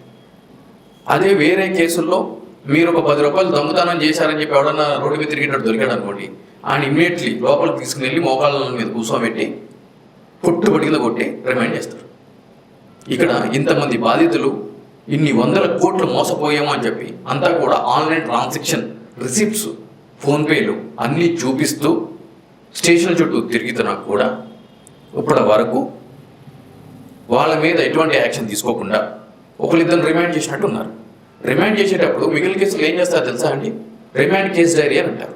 అంటే ఆ యొక్క ఎవరైతే కనుక నిందితుడిగా పిలువబడుతున్న వ్యక్తి ఉంటాడో అతను ఈ నేరం ఎందుకు చేయాల్సి వచ్చింది, ఎప్పుడు చేశాను, ఎవరెవరు ఉన్నారు దీంట్లో, ఎవరి ప్రోద్బలంతో చేశానని చెప్పని మొత్తం స్టేట్మెంట్ ఇస్తాడు. దాన్ని బేస్ చేసుకొని ఎఫ్ఐఆర్లో లేని వంటి వ్యక్తుల పేర్లు కూడా రిమాండ్ కేసు డైరీని ఆధారంగా చేసుకొని పేర్లు యాడ్ చేసి వాళ్ళందరినీ అరెస్ట్ చేసేటువంటి పరిస్థితి ఈరోజు ఉంది. కానీ ఈరోజు సైబర్ క్రైమ్స్లో ఒక కేసు రిజిస్టర్ అయ్యింది, అదేవిధంగా మిగిలిన గద్వాల్లో, అదేవిధంగా నల్గొండలో అక్కడ కూడా రిజిస్టర్ అయ్యింది. అట్లా రిజిస్టర్ అయినా కూడా ఇప్పటి వరకు వాళ్ళకి అంటే మంగ్లీ గారికి కానీ వాళ్ళ తమ్ముడికి కానీ ఒక నోటీస్ ఇచ్చింది లేదు, వాళ్ళు పిలిపించింది లేదు. ఈ కేసు ఇన్వెస్టిగేషన్ ముందుకు వెళ్తుంది లేదు. ఇది ముమ్మాటికి కూడా పొలిటికల్ ఇన్వాల్వ్డ్ కేసు అండి. దీంట్లో బాధితులకి న్యాయం జరిగే ఆస్కారం లేదు, ముమ్మాటికి లేదు. మరి వాళ్ళకి న్యాయం జరగాలి, నిందితులకు శిక్ష పడాలంటే ఏ విధంగా పోవడం మంచిదంట? ఏం చేయాలి అంటే కనుక బాధితులందరూ కూడా వాళ్ళకి న్యాయం జరిగేంత వరకు వీళ్ళు ఏవైతే కనుక ప్రాపర్టీస్ ఉన్నాయో కొన్నారో అవన్నీ కూడా అటాచ్మెంట్స్ చేయాలి. కన్సర్న్ సబ్ రిజిస్టర్స్ ఎవరైతే ఉన్నారో వాళ్ళకి నోటీసులు పంపించాలి, ఈ ప్రాపర్టీస్ని ఎక్కడ అమ్మకూడదు అని చెప్పని. దీనికి ప్రత్యేకంగా విచారించడానికి సిట్ వేయాలి. సిట్ వేసి వాళ్ళ ప్రాపర్టీస్ అని అటాచ్ చేసి కోర్టు ద్వారా వాళ్ళకి న్యాయం జరిగే విధంగా ప్రభుత్వం చర్యలు తీసుకోవాలి. కానీ ఇక్కడ అటువంటి చర్యలు అయితే కనుక లేవు. అంటే ప్రభుత్వం నుంచే సపోర్ట్ ఉంది అని అనుకోవచ్చా? ముమ్మాటికి ఉందండి, అనుకోవడం కాదు, ఉంది, సపోర్ట్ ఉంది కాబట్టి ఆ విధంగా ఉంది. ఇప్పుడు హైడ్రా అని చెప్పేసి ప్రభుత్వము చాలా మంది ఇల్లులు కూల్చేస్తుంది, ఇప్పుడు కూలబడితే మీరు కట్టుకోండి అనే విధంగా హైడ్రా అనేది నడుస్తుంది. దాని మీద మీరేమంటారు? హైడ్రా అంటే కనుక ఒక బ్లాక్మెయిల్ సంస్థ అనడానికి ఏముంది దాంట్లో? ఎందుకంటే కనుక పేద మధ్యతరగతి ఒక వర్గం, రాజకీయ అండదండలు ధనికం వర్గం ఒక వర్గం. సో ఈ రెండింటిని బయాస్డ్గా పార్షియల్ మేనర్లో చేస్తున్నటువంటి చర్యలు. ఇది ఈరోజు నేను చెప్తుంది కాదు. ఈరోజు మీరు ఆన్ అండ్ యావరేజ్లో 2 రోజులకు ఒకసారి ఏ పేపర్ అయినా ఓపెన్ చేయండి. హైకోర్టు ఏం చెప్తుంది, ఎన్నిసార్లు హైడ్రా అనే సంస్థ మీద ఆగ్రహం వ్యక్తం చేస్తుంది, మీరు చేసేది చట్ట విరుద్ధం అని చెప్తుంది. హైడ్రా ఏర్పాటు చేసిన దగ్గర నుంచి మోర్ దాన్ 700 రిట్ పిటిషన్స్ హైకోర్టులో పడడం జరిగింది, కంటెంప్ట్ కేసులు దానికి సంబంధించి. ఈరోజు హైడ్రాకి ఒక ప్రత్యేకమైన పోలీస్ స్టేషన్ ఇస్తూ జియో రిలీజ్ చేయడం జరిగింది. ఆ పోలీస్ స్టేషన్ ఏర్పాటు చేసి కూడా మోర్ దాన్ 1.5 year అవుతుంది. ఇప్పటి వరకు ఒక కేసు కూడా ఎందుకు రిజిస్టర్ చేయలేదు? ఈరోజు చెరువులు ఆక్రమిస్తున్నారు, ఫుట్పాత్లు ఆక్రమిస్తున్నారు, పార్కులు ఆక్రమిస్తున్నారు అని చెప్పని అంటున్నారు. ఆ ఆక్రమణకి గురైనటువంటి ఏవైతే గనక భూములు ఉన్నాయో ఆక్రమించినటువంటి వ్యక్తులని మీరు విడిచిపెడుతున్నారు, వాళ్ళకి సపోర్ట్ చేసినటువంటి అధికారుల్ని మీరు విడిచిపెడుతున్నారు. దానికి ప్రత్యక్షమైన నిదర్శనం ఏంటి అని అంటే కనుక ఇప్పటి వరకు మీ హైడ్రా పోలీస్ స్టేషన్ ఒక కేసు కూడా ఎందుకు రిజిస్టర్ చేయలేదు? సమాధానం చెప్పాలి కదా. ఈరోజు BRS కి సంబంధించినటువంటి నాయకులు ఈ రోజు హైడ్రా అనే సంస్థకి ఏర్పాటు చేశారండి. జన్వాడ ఫామ్ హౌస్ ఏదైతే కనుక రేవంత్ రెడ్డి గారు డ్రోన్ ఎగరేస్తే ఆయన జైలుకు పంపించారు, ఆ జన్వాడ ఫామ్ హౌస్ FTL అదేవిధంగా బఫర్కి సంబంధించినటువంటి పరిధిలో ఉంది అని అంటే కనుక దానికి సంబంధించి నోటీస్ ఇస్తే వాళ్ళు హైకోర్టుకి వెళ్ళడం జరిగింది. హైకోర్టు క్లియర్గా చెప్పిన విషయం ఏంటి అంటే కనుక సర్వే కండక్ట్ చేయండి, సర్వే కండక్ట్ చేసి రిపోర్ట్ తీసుకుని చట్ట ప్రకారం ముందుకు వెళ్ళండి అని చెప్పని సర్వే కండక్ట్ చేశారు. సర్వేలో కూడా అది క్లియర్గా బఫర్లో ఉంది అని చెప్పి రావడం జరిగింది. మరి ఎందుకు ఇప్పటివరకు కూల్చలేదు? అదేవిధంగా మల్లారెడ్డి గారికి సంబంధించినటువంటి ఇంజనీరింగ్ కాలేజీలు కావచ్చు, పల్లా రాజేశ్వర రెడ్డి గారికి సంబంధించినటువంటి కావచ్చు, అదేవిధంగా అసదుద్దీన్ ఓవైసీకి సంబంధించినటువంటి కాలేజ్ కాదు, అది కనుక చెరువులోనే కట్టారు. అది మొత్తం మిడిల్లో ఉంది. అదేమనంటే కనుక నోటిఫికేషన్ రాలేదు, సెకండ్ నోటిఫికేషన్ రాలేదు, ఇరిగేషన్ డిపార్ట్మెంట్ ఫస్ట్ నోటిఫికేషన్ రాలేదు. సిగ్గుండాలండి, జనాలు నవ్వుతున్నారు, టూ అని మొహాన్ వస్తున్నారు. మొహాన్ వీయడానికి దొరకట్లేదు కాబట్టి ఆ ఫోటోల మీద పక్కన వస్తున్నారు. మనిషి పుట్టిన తర్వాత ఒక రాజ్యాంగబద్ధ పదవుల్లో ఉన్న చేత మరి అమ్ముడుపోవచ్చు అండి. మరి మనిషి డైరెక్ట్ ప్రజలకు తెలిసే విధంగా అమ్ముడుపోకూడదు ఏ మనిషి అయినా కూడా. సో కాబట్టి ఈ రోజు హైకోర్టుకి వెళ్ళడం జరిగింది. హైకోర్టు ఏం చెప్పడం జరిగింది అసదుద్దీన్ ఓవైసీకి సంబంధించిన కాలేజీ గురించి? అందులో క్లియర్గా మీకు కనిపిస్తున్నా కూడా మీరు ఎందుకు యాక్షన్ తీసుకోవట్లేదు, అక్కడ జరిగేటువంటి అడ్మిషన్స్ ప్రక్రియలన్నీ కూడా తదుపరి ఉత్తర్వులకు లోబడి ఉంటాయి అని చెప్పడం జరిగింది. మరి చెప్పలేదా కోర్టుకి? అది చెరువులో లేదని చెప్పని. ఇప్పుడు ఒక పెయిడ్ మీడియాని, బ్రోకర్ మీడియాని పెట్టుకుని మనం చెప్పిందే అక్కడ పబ్లిష్ అవ్వాలి అని అంటే కనుక పిచ్చోళ్ళు ఎవరు లేరండి. కొంత ప్రజానికి నమ్ముతుందేమో మీరు చెప్పే సొల్లు. ఇప్పుడు ఈరోజు మంచి చేస్తే ఎవరు మంచి చేసినా ప్రజలు ఒకే విధంగా కదా స్పందిస్తారు. మరి మీరు చేస్తే మీకు పాలాభిషేకాలు చేస్తున్నారు, నేను చేస్తే నాకు ఎందుకో చేయట్లేదు. ఏమర్థమవుతుంది ఇక్కడ? పెయిడ్ బ్యాచ్ అనే కదా, ఇది తెలియట్లేదా? ఇంట్లో ఛాయ్ పెట్టుకోనీకే పాల ప్యాకెట్ కొందామంటే కనుక పాల ప్యాకెట్ రేట్లు ఏ విధంగా పెరిగినాయో మీకు నాకు తెలుసు ఒక మధ్యతరగతి వ్యక్తులుగా. అటువంటిది 100 లీటర్లు 50 లీటర్ల పాలు నీకోసం కొనుక్కుని వచ్చి పాలాభిషేకాలు చేసే పరిస్థితి ఈరోజు సమాజంలో ఉందా? అమ్మో, ఎవరు దొరకలే. అయితే ఇంత 4.5 కోట్ల జనాభాలో తెలంగాణ రాష్ట్రంలో ఇక పాలాభిషేకం చేయడానికి ఎవరు దొరకలేదు. మరి ఇన్నిసార్లు కోర్టు ఇన్నిసార్లు కంటెంప్ట్ చేసినా కూడా వాళ్ళ మీద యాక్షన్ ఎందుకు తీసుకోవట్లేదు? యాక్షన్ అంటే ఇక్కడ ఏమవుతుందంటే ప్రజాస్వామ్యంలో కోర్టు జ్యుడిషియరీలో కేసులు వేసిన తర్వాత దానికి ఫైనల్ హీరింగ్కి వచ్చి జడ్జిమెంట్ వచ్చే రావడానికి టైం పడుతుందండి. దానికి చాలా కారణాలు ఉంటాయి. సో అవన్నీ కూడా పెండింగ్లో ఉన్నాయి. ఎక్కడ కూడా వీగిపోయిన కేసులు కాదు కదా, అవన్నీ పెండింగ్లో ఉన్నాయి. Pending for adjudication. అప్పుడేమైపోయింది, మ్యూజిక్ ఇంకా ముందు ఉంది. ఇవి జస్ట్ ఏంటి అంటే మాత్రం. మరి వీళ్ళకి తెలియదు అసలు ఇంత చదువుకున్నారు, ఇంత ఆఫీసర్స్, నెక్స్ట్ ఏమవుతుందో అన్నీ తెలిసే మరి ఇంకా ఇంత దారుణంగా చేస్తున్నారు అంటే దానికి ఇప్పుడు నవ్వే డేస్ ఏం జరుగుతుందంటే డైట్, ప్రతి ఒక్కరు డైట్ ఫాలో అవుతున్నారండి. మనం తినకూడదు, హెవీ తినకూడదు, రెడ్ మీట్ తినకూడదు, అది తినకూడదు, ఓన్లీ ప్రోటీన్ తినాలి అని చెప్పని. బీర్లు తాగకూడదు, సమ్మర్ వచ్చింది, పొట్టు వచ్చేసింది చెప్పని అంటాం. రాత్రి అవగానే ఏం చేస్తారండి వెళ్ళి ఒక్కొక్కడు కేసు బీర్లు తాగుతాడు. తెలుసు కదా తెలంగాణలో ఈ సమ్మర్లో బియర్స్ స్కేర్సిటీ ఉంది, భయంకరంగా తాగుతున్నారంట. వాడికి హెల్త్ కాన్షియస్ ఉంది, బీర్లు తాగితే బొచ్చు వస్తుంది అని చెప్పని. కానీ రాత్రి అయితే పీకల దాకా తాగుతుంది. మళ్ళీ మార్నింగ్ చేయగానే వర్కౌట్స్ అంటాడు, అది అంటాడు, ఇది అంటాడు. ఎందుకు తాగడం పని చేయొచ్చుగా? చేయడు. ఎందుకంటే ఆ మజా వేరుంటుంది. అదేవిధంగా అమ్మాయిలు వెనకాల తిరిగితే రేపటి రోజున ఫైనాన్షియల్గా కానీ వేరే విధంగా కానీ ఏదైనా డిస్ప్యూట్ వస్తే అమ్మాయిలు రేప్ కేసులు పెడతారు, తీసుకుని లోపలేస్తారు. పేపర్ వాళ్ళు, టీవీ వాళ్ళు కామాంధుడు అని చెప్పని ఫోటోలు వేస్తారు అని చెప్పని సంగతి అందరికీ తెలుసు. అమ్మాయిలతో తిరగడం మానేస్తున్నారు. పబ్స్, ఫామ్ హౌస్ ఇవన్నీ మనం చూస్తూనే ఉన్నాం. ఎందుకు మరి? వాళ్ళకి తెలియదు అంటారా? ఇది హోంవర్క్ చేయకపోతే ఉల్టా టీచర్ ఏం చేస్తుంది, చెయ్యి తిప్పి పట్ మానేస్తుంది సంగతి తెలుసు, కానీ ఇది చేయడు. దెబ్బలు తినాలని చదవడతారు కానీ చేయడు. అంటే వీళ్ళ స్థాయిలో ఇవన్నీ తెలిసి కూడా మనకి తాత్కాలిక ఆనందాల కోసము సుదీర్ఘంగా జరిగేటువంటి ప్రక్రియ జీవితం ఏదైతే ఉందో దాన్ని విడిచిపెడుతున్నాము. ఇక్కడ కొన్ని 100 కోట్లు వస్తున్నాయి. ఈ రోజు కోర్టు తిట్టలే కానీ నాకు 100 కోట్లు వస్తున్నాయి కదా. రేపు జరిగే సంగతి రేపు చూసుకోవచ్చు, అప్పుడు పరిస్థితులు అప్పుడు చూసుకోవచ్చు. ఎప్పుడో ఏదో శిక్ష పడుతుంది, నాకేదో జరుగుతుందని చెప్పని ఇప్పుడు మీరు నాకు ఆఫర్ చేసే 100 కోట్లు 500 కోట్లు 500 రూపాయలు నేను తీసుకోవడం మానేస్తానా? మానేను కదా. ఇప్పుడు గురించి మీరు ఆలోచిస్తున్నారు అంతే, తాత్కాలికమే. ఈ రోజు ఆంధ్రప్రదేశ్ చూడండి, జగన్మోహన్ రెడ్డి గారి గవర్నమెంట్లో రఘురామకృష్ణరాజు గారి కేసుకి సంబంధించి కానీ, అదేవిధంగా ముంబైకి సంబంధించినటువంటి మోడల్కి సంబంధించినటువంటి కేసు విషయంలో కానీ ఐపీఎస్ ఆఫీసర్లు అందరూ కూడా అప్పుడు ప్రభుత్వం చేసింది అని చెప్పారు. ఇప్పుడు ఏమైంది? అందరూ సస్పెండ్ అయ్యారు, కొంతమంది జైలుకి వెళ్ళారు, కొంతమంది దాపుని తిరుగుతున్నారు, ఇంకొంతమంది. అంటే వాళ్ళకి తెలియదు అంటారా? యూపీపీఎస్సీ ఎగ్జామ్ రాసి ఇంటర్వ్యూస్ అటెండ్ అయ్యి ప్రిలిమ్స్ మెయిన్స్ అన్ని చేసి ట్రైనింగ్ అయ్యి సర్వీస్ ఎక్స్పీరియన్స్ ఉండి ఇన్ని చేసినా కూడా వాళ్ళకి తెలియదు అంటారా? మరి ఎందుకు చేశారంటారు ఇవన్నీ? తాత్కాలిక ఆనందం, ఎప్పుడో ఏదో జరుగుతుందని చూస్తూ ఎదురు చూస్తూ ఈ రోజు వచ్చేటువంటి పెద్ద ఆఫర్ మిస్ చేసుకోం కదా. ఇంకోటి, జైలరు ఖైదీని మ్యారేజ్ చేసుకోవడం జరిగింది, చాలా వైరల్ గా మారింది. అది లీగల్ గా వ్యాలిడేనా? అట్లా చేసుకోవచ్చా? తర్వాత దాని ప్రభావం ఎలా ఉంటుంది? 100% వ్యాలిడ్. ఎందుకు వ్యాలిడ్ కాకూడదు?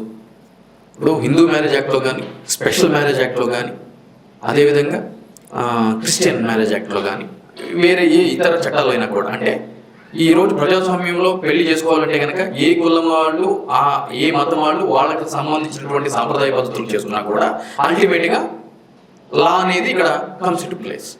హిందువులు చేసుకున్నట్టు హిందూ మ్యారేజ్ యాక్ట్ వస్తుంది, ముస్లిం చేసుకున్నాడు ముస్లిం మ్యారేజ్ యాక్ట్ చేస్తుంది. అదే రెండు కులాలకి వేరు కులాలకు సంబంధించిన వాళ్ళు, వేరే ప్రాంతాలకు సంబంధించిన వాళ్ళు, వేరే దేశాలకు సంబంధించిన వాళ్ళు మన దగ్గర చేసుకున్నాడు స్పెషల్ మ్యారేజ్ యాక్ట్ వస్తుంది. ఇవన్నీ ఏం చెప్తున్నాయి అంటే కనుక మ్యారేజ్ అనేది ఏ విధంగా చేసుకోవాలి, మ్యారేజ్ రిజిస్టర్ కావడానికి ఏం కావాలి అనేది చెప్తుంది తప్ప క్రిమినల్ కేసు ఉన్నటువంటి వ్యక్తి ఆడ కావచ్చు మాకు కావచ్చు పెళ్లి చేసుకోవడానికి అనర్హుడు అని చెప్పి ఏమన్నా లా ఉందా? ఒక జైలరే అట్లా మ్యారేజ్ చేసుకుంటే నెక్స్ట్ టైం కూడా దాంట్లో ఇన్ఫ్లుయెన్స్ అయ్యే వాళ్ళు చాలా మంది ఉంటారు, ఇది ఒక సాంప్రదాయంగా మారే అవకాశాలు ఎక్కువగా ఉంటాయని చెప్పి సోషల్ మీడియాలో అంటున్నాను. నేనేమంటున్నానంటే, ఒక జైలరు ఖైదీని లవ్ చేసిన తర్వాత అతను సత్ప్రవర్తనతో కూడినటువంటి సందర్భంలో అతన్ని రిలీజ్ చేయడం జరిగింది. రిలీజ్ చేసిన తర్వాత ఆమె అతన్ని మ్యారేజ్ చేసుకోవడం జరిగింది. ఇది అక్కడ జరిగినటువంటిది. ఇప్పుడు ఇట్లా లవ్ చేసినందుకే ఆమె ఇన్ఫ్లుయెన్స్ త్రూ విడిపియడం కూడా జరిగింది అని చెప్పేసి కూడా అనే వాళ్ళకి ఏం చెప్తారు? ఇప్పుడు జైలరు ఇన్ఫ్లుయెన్స్ తోటి విడిపియడం అనేది ఇంపాసిబుల్ థింగ్ అండి. ఎందుకనంటే కనుక ఇప్పుడు మరణ శిక్ష కానీ జీవితకాల శిక్ష కానీ పడిన వాళ్ళు బయటికి రావాలి అంటే కనుక ఏం జరుగుతుంది అంటే కనుక సత్ప్రవర్తన అనేటువంటి ఒక కారణం ఉంటుంది.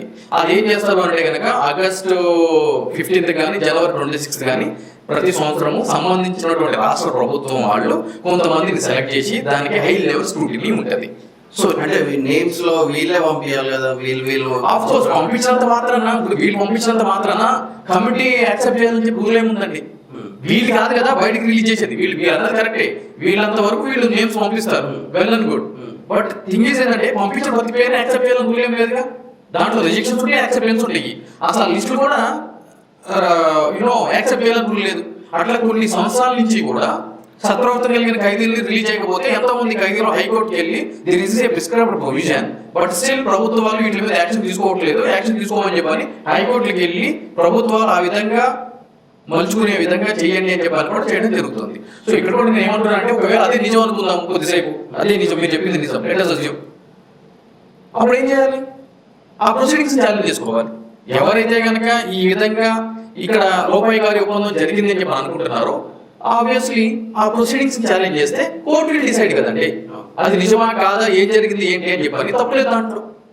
సో కాకపోతే ఒక విచారణ ఖైదీనో లేదో అంటే కనుక అంతెందుకండి, ఈ రోజు జైల్లో యావజ్జీవ కారాగార శిక్ష పడిన వాళ్ళు, మరణ శిక్ష పడిన వాళ్ళు ఎవరైతే ఉంటున్నారో వాళ్ళు ఒక 2 సంవత్సరాలు ఆ విధంగా జైలు శిక్ష అనుభవించిన తర్వాత కాంజువల్ రైట్స్ అంటే వాళ్ళ యొక్క భాగస్వాములతోటి సెక్సువల్ ఇంటర్కోర్స్ చేయాలి అని అనిపిస్తే సంబంధించిన జైలర్కి అప్లికేషన్ పెట్టుకుంటే వాళ్ళు సంబంధించినటువంటి భాగస్వామితో సెక్స్ చేయడానికి జైల్లోనే ఒక గదిని కేటాయిస్తున్నారు 2 గంటలు. అది వాళ్ళకు ఫండమెంటల్ రైట్. ఆ విధంగా పంజాబ్లో, రాజస్థాన్లో, మహారాష్ట్రలో జైల్స్లో సపరేట్ రూల్స్ ఉన్నాయి ఖైదీలు వాళ్ళ యొక్క భాగస్వాములతోటి కాంజువల్ సెక్సువల్ రిలేషన్షిప్ మెయింటైన్ చేయడానికి. తప్పేముంది దాంట్లో? అంటే ఇప్పుడు తప్పు చేసినప్పుడు పనిష్మెంట్ అనేది ఉండాలి, కానీ అన్ని ఫెసిలిటీస్ ఖైదీలకు ఇస్తే వాళ్ళు తప్పు చేసినామని ఎట్లా తెలుసుకుంటారు? ఈరోజు జైల్లో వేయడం అంటే కనుక శిక్షించడం కాదండి, వాళ్ళు మార్పు తీసుకురావడం అనేది మన చట్టం యొక్క ఉద్దేశం. మన చట్టం యొక్క ఉద్దేశం ఏంటి అంటే కనుక క్షణిక ఆవేశంలోనూ ఏదో చేసి ఉంటారు కాబట్టి వాళ్ళని చంపేయడము, వాళ్ళ యొక్క కంప్లీట్ ఫండమెంటల్ రైట్స్ ఏవైతే ఉంటాయో హక్కుల్ని హరించడం కాదు చట్టం ఉద్దేశం. చట్టం ఉద్దేశం ఎప్పుడు కూడా ఏముంటుంది అంటే కనుక ఫస్ట్ ప్రైమ్ ఆస్పెక్ట్ వాళ్ళు మార్పుని తీసుకుని వచ్చి సామాజిక పరంగా వాళ్ళని సమాజానికి దగ్గర చేసి ఆ తప్పు మరలా చేయకుండా చేయడం చట్టం యొక్క ఉద్దేశం. సో ఇక్కడ మిస్యూజ్ ఆఫ్ పవర్ అనేది చర్చ చేయడం జరిగింది అని సోషల్ మీడియా కూడా వస్తుంది. ఏపీలో ఒక లాయర్ని 24 hours జైల్లో ఏమని చెప్పేసి అన్నాడు. దాన్ని ఎట్లా చూస్తారు? ఒక పాస్పోర్ట్కి సంబంధించినటువంటి అంశంలో ఒక యువ న్యాయవాది ఆ సంబంధించినటువంటి ప్రొవిజన్ ఉన్న జడ్జి గారు ముందు ఆర్గ్యుమెంట్ చేయడం జరిగింది. ఆ ఆర్గ్యుమెంట్లో నాకు ఆర్డర్ ఇవ్వండి అని చెప్పడం జరిగింది. దానికి సంబంధించి గతంలో అదే హైకోర్టు ఇచ్చినటువంటి ఒక ఉత్తర్వుల్ని అతను చెప్పడం జరిగింది. ఉదాహరణగా దానికి సంబంధించి ఆ జడ్జి గారు ఆ సంబంధించిన ఉత్తర్వుల కాపీని మీరు నా దగ్గరకు తీసుకురండి, అకార్డింగ్లీ నేను చేస్తాను అంటే కనుక అతను జడ్జి గారిని రిక్వెస్ట్ చేసుకోవడం జరిగింది. అది సెటిల్డ్ ప్రిన్సిపల్ లాగా కాబట్టి మీకు కూడా తెలిసి ఉంటుంది కాబట్టి దయచేసి ఇవ్వండి, మా క్లయింట్కి అనుకూలంగా ఉత్తర్వులు ఇవ్వండి అని చెప్పని ప్లీజ్ చేయడం జరిగింది, రిక్వెస్ట్ చేయడం జరిగింది. అందులో భాగంగానే ఇన్ ఫిట్ ఆఫ్ రీచ్ ఏం జరిగిందంటే కనుక జడ్జి గారు యువ న్యాయవాదికి సంబంధించి నీకు 10 సంవత్సరాలైనా సరే 10 సంవత్సరాల ఎక్స్పీరియన్స్ అయినా కూడా లేదు, నువ్వు బెంచ్ని ఈ విధంగా ఇరిటేట్ చేస్తావా అని చెప్పని రిజిస్టర్ జ్యుడిషియల్కి డైరెక్షన్ ఇవ్వడం జరిగింది. ఏమని అంటే కనుక పోలీసు వాళ్ళకి చెప్పి ఇతన్ని 24 గంటలు పోలీస్ కస్టడీకి తీసుకోండి అని చెప్పని ఉత్తర్వులు చేయడం జరిగింది. అది ఎప్పుడైతే కనుక సామాజిక మాధ్యమాల్లో ఎప్పుడైతే వైరల్ అయ్యిందో, అదేవిధంగా ఎప్పుడైతే కనుక ఈ యొక్క హైకోర్టు అడ్వకేట్ అసోసియేషన్ వారి దృష్టికి వెళ్ళిందో వీళ్ళందరూ కూడా వెళ్ళి జడ్జి వారిని రిక్వెస్ట్ చేస్తే కనుక తక్షణం ఆ యొక్క ఉత్తర్వుల్ని వెనక్కి తీసుకోవడం జరిగింది. ఈ విషయం మీద బార్ కౌన్సిల్ ఆఫ్ ఇండియా కూడా చీఫ్ జస్టిస్ ఆఫ్ ఇండియా వారికి ఒక లెటర్ కూడా రాయడం జరిగింది. ఆ యొక్క జడ్జి వారిని ట్రాన్స్ఫర్ చేయాలి, విధుల నుంచి తప్పించాలి. సో ఇటువంటి తీర్పులు ఇవ్వడము, ఈ విధమైన దాడి చేయడము, భయపెట్టే విధంగా ప్రవర్తించడం కూడా ఏ మాత్రం కూడా జ్యుడిషియల్లో కానీ లాలో కానీ అది ఫెయిర్ కాదు అని చెప్పని కూడా చెప్పడం జరిగింది. సో దాని తర్వాత ఒక స్టేట్మెంట్ కూడా రిలీజ్ కావడం జరిగింది. ఏంటి అంటే కనుక ఈ యొక్క అసోసియేషన్, దాని తర్వాత ఈ బార్ కౌన్సిల్ ఇంటర్వెన్షన్, దాని తర్వాత జ్యుడిషియల్ అమికబుల్గా మ్యాటర్ అనేది సెటిల్ అయ్యింది అని చెప్పని ఈ బార్ కౌన్సిల్ ఆఫ్ ఇండియా వాళ్ళు ఇచ్చిన రిప్రజెంటేషన్ మీద చీఫ్ జస్టిస్ ఆఫ్ ఇండియా వారు కూడా ఆంధ్రప్రదేశ్ హైకోర్టు నుంచి కూడా చీఫ్ జస్టిస్ వారి నుంచి ఒక రిపోర్ట్ కాన్ఫరెన్స్ చేయడం జరిగింది. ఏం జరిగింది ఏంటి అని చెప్పని. సో ఇది కంప్లీట్గా జరగడం జరిగింది. ఇప్పుడు పార్కింగ్ ఏరియాలో, ఫుట్పాత్ ఏరియాలో అన్నీ పెట్టుకొని అమ్ముతూ ఉంటారు. అది లీగలేనా? ఇప్పుడు వాళ్ళపైన చర్యలు తీసుకుంటున్నారంట. సో కరెక్టే అంటారా? ఫుట్పాత్లు అంటే ఏంటి అని అంటే బ్రదర్, పాదాచారులు నడవడానికి ఏర్పాటు చేసినటువంటి స్థలాలు. దాని మీద ఆఖరికి మీరు సైకిల్ కాదు కదా, చిన్నపిల్లలు నడిపేటువంటి చక్రాలు ఉంటాయి కదా, అవి కూడా పెట్టడానికి వీల్లేదు. కంప్లీట్ నడవడానికి అనుకూలంగా ఉండాల్సిందే. అదే చట్టం కూడా చెప్తుంది. జిహెచ్ఎంసీ యాక్ట్ కావచ్చు, జిల్లాలకు సంబంధించి మున్సిపల్ యాక్ట్స్ కావచ్చు, ఏదైనా కూడా చెప్పేది ఏంటి అంటే కనుక ఫుట్పాత్స్ ఓన్లీ ఫర్ పెడిస్ట్రియన్స్, పాదాచారులకు సంబంధించి ఉండాలి. సో ఇక్కడ ఏం జరుగుతుందంటే దౌర్భాగ్యం, ఈ ఫుట్పాత్ల మీద మీరు చాయ్ హోటల్స్, అదేవిధంగా సిగరెట్లు అమ్మేటువంటి, అదేవిధంగా స్నాక్స్కి సంబంధించినటువంటివి ఎక్స్ వై జెడ్, దాని తర్వాత ఫ్రూట్స్ వెండర్స్, వీళ్ళందరూ కూడా వాటిని ఆక్యుపై చేయడము. గమ్మత్తెంతో తెలుసా, ఇది పబ్లిక్ ప్రాపర్టీ, ప్రభుత్వానికి సంబంధించింది, ప్రభుత్వ ఆధీనంలో వాళ్ళు మెయింటైన్ చేసేటువంటిది. దీనికి సంబంధించి అక్కడ ఏదైనా బండి పెట్టుకోవాలనుకున్నా, ఏదైనా షాప్ పెట్టుకోవాలనుకున్నా కూడా లోకల్కి సంబంధించిన రాజకీయ నాయకులకి, ఆ లోకల్లో ఉండే అధికారులకి నెల వీళ్ళు రెంట్ పే చేయాలి. లేదంటే కానీ పెట్టుకొని ఇస్తారా? మీరు కెమెరా తీసుకురండి, నేను కూడా వెళ్ళి ఒక టెంపరీ షెడ్ చేస్తాను, ఎవరు వస్తారో చూడండి. 100% లోకల్ రాజకీయ నాయకులకి, లోకల్లో ఉన్న మున్సిపల్ అధికారులకి, లోకల్లో ఉన్న ట్రాఫిక్ పోలీసులకి తప్పనిసరిగా నెల వీళ్ళు వాళ్ళ యొక్క స్థాయిని బట్టి, వాళ్ళు పెట్టిన షాపును బట్టి మామూలు అనేది పంపించాల్సింది అనధికారికంగా. అందు గురించే వాళ్ళు చూస్తారు. లేదు అని అంటే కనుక అందరూ పెడితే ఊరుకుంటారు అనుకుంటారేంటి, తీసి అవతల వాడేస్తారు, ఇమీడియట్లీ వ్యాన్ వచ్చి కొట్టేస్తుంది. దీనికి సంబంధించి హైకోర్టు కొన్ని వందల తీర్పులు ఇచ్చింది.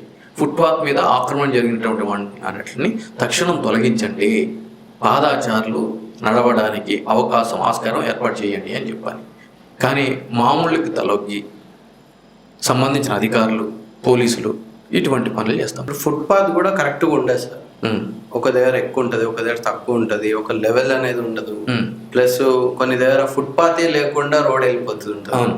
సో దాని మీద ఏం చట్టాలు ఉండదా? 100% చట్టాలు ఉన్నాయి బ్రదర్, అదే నేను చెప్తున్నాను. ఎందుకంటే కనుక ఇప్పుడు ఇండియన్ రోడ్ కాంగ్రెస్ అని ఉంటుంది, IRC అని చెప్పని అంటారు. ఆ ఇండియన్ రోడ్ కాంగ్రెస్ ఏం చెప్తుంది అని అంటే కనుక ఒక రోడ్డు వేసేటప్పుడు ఎటువంటి నియమ నిబంధనలు పాటించాలి, ఫుట్పాత్లు ఏ విధంగా ఉండాలి, ఎంత డిస్టెన్స్లో ఉండాలి అని చెప్పని. ఈరోజు మీరు చూసుకున్నట్లయితే కనుక రోడ్స్ మీద కూడా ఇష్టానుసారంగా స్పీడ్ బ్రేకర్స్ వేయడం జరుగుతుంది. ఈరోజు ఈ కాలనీకి నేను ప్రెసిడెంట్కి ఎన్నికయ్యాను అనుకోండి, నా మోతుబా చూపించుకోవడానికి నేనేం చేస్తాను తెలుసా, నా ఇంటి ముందో నాకు కావాల్సిన ఇంటి ముందో నేను స్పీడ్ బ్రేకర్ ఇప్పించేస్తాను. దానికి ఒక మెజర్మెంట్స్ ఉండవు, ఒక ప్రొసీజర్ ఉండదు, ఇంత హైట్లో ఇప్పిస్తాను. సిమెంట్ తోటి రోడ్ ఇష్టానుసారంగా పాల్గొడతా, అక్కడ ఒక స్పీడ్ బ్రేకర్ వేపిస్తాను. అలా ఏపీయడం చట్ట విరుద్ధం. ఇండియన్ రోడ్ కాంగ్రెస్ నియమ నిబంధనలు ఉన్నాయి, ఎంత డిస్టెన్స్లో, ఎంత విడ్త్లో, ఎంత లెంత్లో స్పీడ్ బ్రేకర్ వెయ్యాలి, ఆ స్పీడ్ కంట్రోలింగ్ ఏ విధంగా చేయాలి అని చెప్పని. Hospitals, schools, parks, residential areas ఏవైతే ఉంటాయో వాటికి సంబంధించి ప్రాపర్గా ఒక సర్వే చేసిన తర్వాత ఎక్కడ నెసెసిటీ ఉంటాయో చూసి అక్కడ స్పీడ్ బ్రేకర్ ఎంత హైట్లో వేయాలి అనేది చట్టం చెప్తుంది. దానికి సంబంధించి supreme court, Mumbai high court, Madras high court judgements కూడా ఉన్నాయి. కానీ వీటిలన్నింటినీ కూడా ఎవరు ఫాలో అవుతున్నారు? వాళ్ళు ఇష్టం వచ్చినట్టు వేసేది. దానివల్ల వెహికల్ సామర్థ్యం ఏ విధంగా దెబ్బతింటుంది, ఎంత ఇబ్బందికి గురవుతుంది. ఇష్టం వచ్చినట్టు రోడ్లు తవ్వుతూ ఉంటారు. ఈరోజు రోడ్ వేస్తూ ఉంటారు, రేపు ఎవడో కేబుల్ రోడ్ అంటాడు, లేదు అంటే కనుక ఎవడో ఒక పెద్ద ఇల్లు కడతాడు, వాడి డ్రైనేజ్ సిస్టమ్ అంటాడు, ఇష్టం వచ్చినట్టు రోడ్డు తవ్వుతారు. రోడ్డు తవ్వాలి అని అంటే కనుక ముందుగా అనుమతి కావాలి, మున్సిపాలిటీకి సర్టెన్ అమౌంట్ వీళ్ళు డిపాజిట్ చేయాలి, వాళ్ళ దగ్గర నుంచి ప్రాపర్ పర్మిషన్ తీసుకోవాలి, వాళ్ళ ఆధ్వర్యంలో వాళ్ళ ఇంజనీరింగ్ వాళ్ళు ఇన్స్పెక్ట్ చేసిన తర్వాత ఆ రోడ్డు తవ్వుకొనే చేపట్టాలి.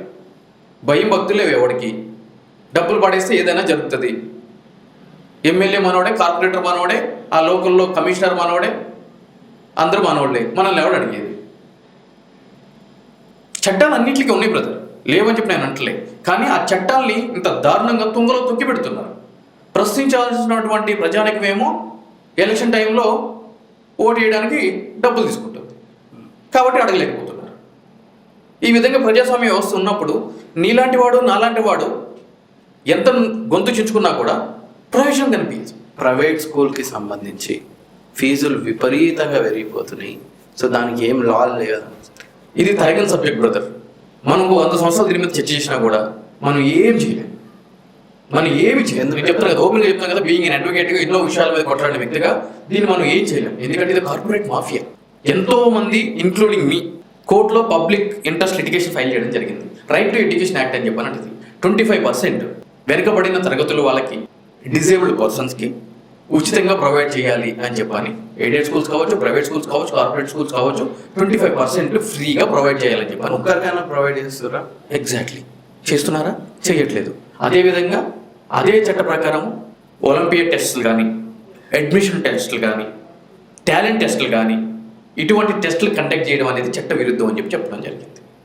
అదేవిధంగా ఆ యొక్క టెస్టుల పేరుతోటి వీళ్ళు డబ్బులు వసూలు చేయడం జరుగుతుంది. స్కూల్స్ వాళ్ళు అప్లికేషన్ ఫీజు అని చెప్పాలి, 1000 రూపాయలు, 1500, 2000. అది కూడా చట్ట ప్రకారం చట్ట విరుద్ధం. ఈరోజు ఇష్టారీతిన స్కూల్ ఫీజులను పెంచడం జరుగుతుంది. దానికి సంబంధించి రూల్స్ ఉన్నాయి, రెగ్యులేషన్స్ ఉన్నాయి, జియోస్ ఉన్నాయి, కానీ పాటించరు. ఎందుకు అని అంటే కనుక వీటిని రెగ్యులేట్ చేయాల్సినటువంటి అధికార వ్యవస్థ ప్రభుత్వాలకి నెల నెల వాళ్ళకి వెళ్ళాల్సినటువంటి అమౌంట్స్ భారీ స్థాయిలో వాళ్ళ జేబుల్లో పడతాయి కాబట్టి వాళ్ళు చేయరు. ఈరోజు భాష్యం ఒలింపియాడ్ స్కూల్ అని చెప్పని ఉంటుంది. ఎక్కడ అంటే కనుక బోడుపల్లి. అక్కడ 4వ తరగతి అడ్మిషన్కి 1,25,000 రూపాయలు ఫీజు. దానికి సంబంధించి ఫీజు అధికంగా ఉంది కాబట్టి మీరు మాట్లాడనని చెప్పని మేడిపల్లి ఎంఈఓ మండల ఎడ్యుకేషన్ ఆఫీస్ చేస్తే అతను ఆ సంబంధించిన స్కూల్ ప్రిన్సిపాల్కి ఫోన్ చేసి చెప్తే సంబంధించిన తల్లిదండ్రులు అక్కడికి వెళ్తే ఆడు ఫోన్ చేస్తే ఫీజు తగ్గిస్తానా, వాడు ఫోన్ చేస్తే మేము వింటామా, నీకు సీట్ కూడా ఇయ్యం, ఫస్ట్ ఇంటికి వెళ్ళి బయటకి ఏంటేసాడు అని చెప్పని చెప్పింది ఆ ప్రిన్సిపల్. అంటే ఇంత దారుణం. ఎగ్జాక్ట్లీ. ఇప్పుడు నేను పేరుతో సహా చెప్పాను కదా. అంటే చెప్పండి వ్యవస్థ ఎంత దారుణంగా ఉందో. ఆ ఎంఈఓలు కానీ డిఈఓలు కానీ వాళ్ళకి సిగ్గు శరం ఉండదు.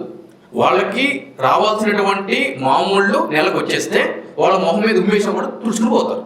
అందు గురించి వీళ్ళు ఈ విధంగా చెలరైపోతూ ఉంటారు స్కూల్ యాజమాన్యాలు.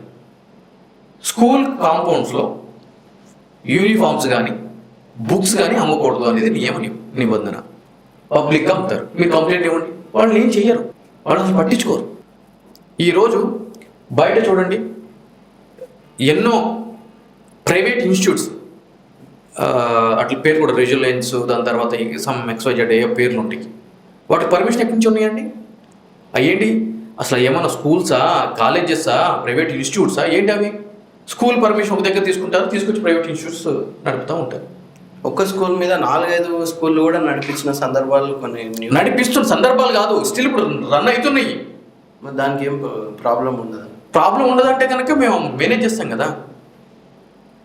డిఈఓలు మేనేజ్ చేస్తాము, ఎంఈఓలు మేనేజ్ చేస్తాము, కమిషనర్లు మేనేజ్ చేస్తాము, ఎడ్యుకేషన్ కమిషనర్లు మేనేజ్ చేస్తాము. మమ్మల్ని అడుగుతాడు.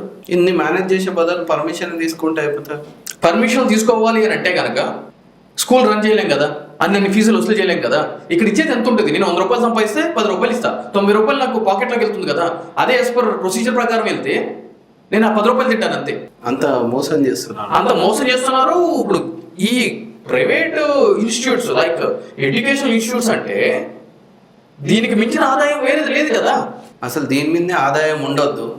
దాని మీద మొదట్లో ఎలా ఉండేది అంటే కనుక చదువుకునే పరిస్థితి నుంచి చదువుకోలేని పరిస్థితి ఉంది, చదువుకోలేని పరిస్థితి నుంచి చదువు కొనలేని పరిస్థితికి వచ్చింది.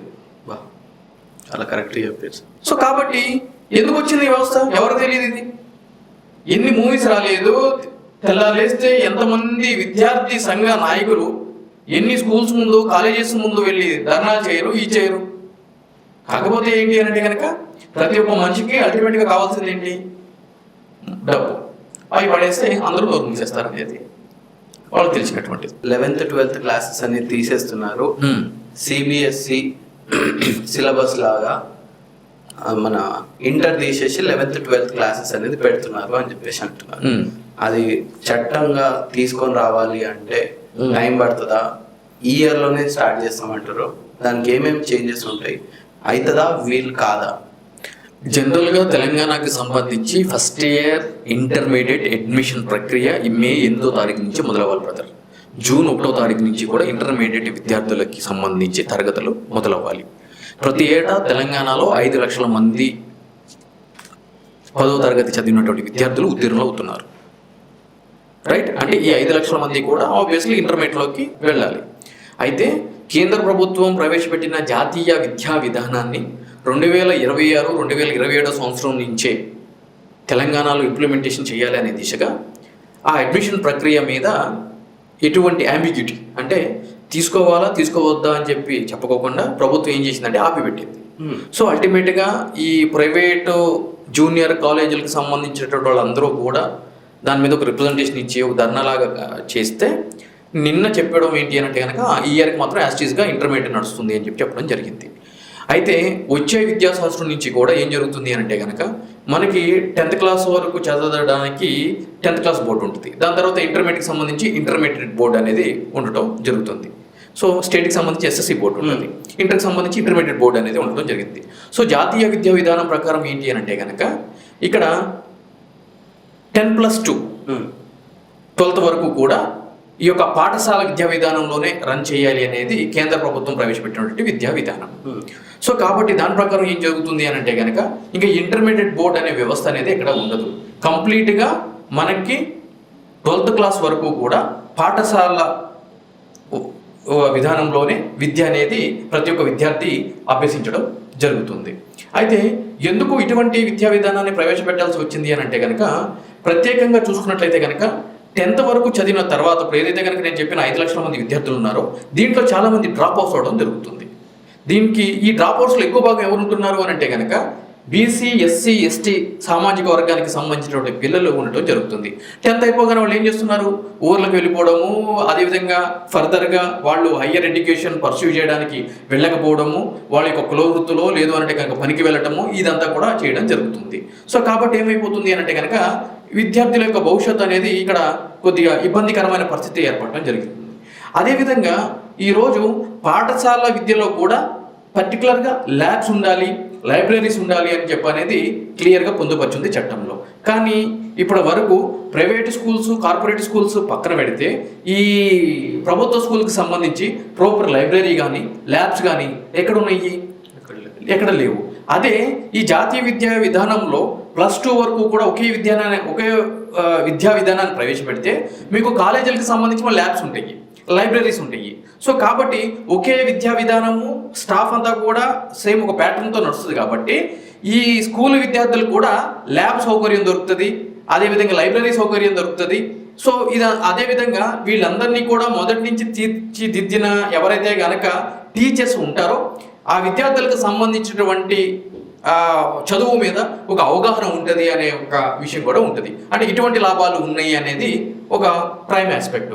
అయితే ఇక్కడ ఏం జరుగుతుంది, చట్టాలకు సంబంధించి ఏముంటుంది అని అంటే కనుక ఈ యొక్క ఎస్ఎస్సికి సంబంధించి అయితే కనుక తెలంగాణ స్టేట్ ఎడ్యుకేషన్ యాక్ట్ అని చెప్పని ఉంటుంది, 1982 యాక్ట్ అది. సో ఆ యాక్ట్, అదేవిధంగా ఇంటర్మీడియట్కి సంబంధించి Telangana state intermediate education act 1971 act అని చెప్పని ఉంటుంది. సో ఈ 2 చట్టాలని కూడా రద్దు చేసి వాటి స్థానంలో కొత్త చట్టాన్ని ఏర్పాటు చేయాల్సిన అవసరం ఉంటుంది. జాతీయ విద్యా విధానాన్ని ప్రవేశపెట్టాలి అంటే కనుక దానికి సంబంధించి ఈ ఇయర్ నుంచే కనుక ఒకవేళ ఆ విద్యా విధానాన్ని ప్రవేశపెట్టాలి అంటే కనుక ఆర్డినెన్స్ రూపంలో ఒక చట్టాన్ని తీసుకురావడం జరుగుతుంది. అది 6 నెలల వరకు వ్యాలిడిటీ ఉంటుంది. 6 నెలలలోపు అసెంబ్లీని బట్టి అసెంబ్లీలో బిల్లు ప్రవేశపెట్టి దాన్ని ఒక చట్టం చేసి దాన్ని యాజ్ యూజువల్గా మళ్ళీ ఒక చట్ట రూపం తీసుకురావడం జరుగుతుంది.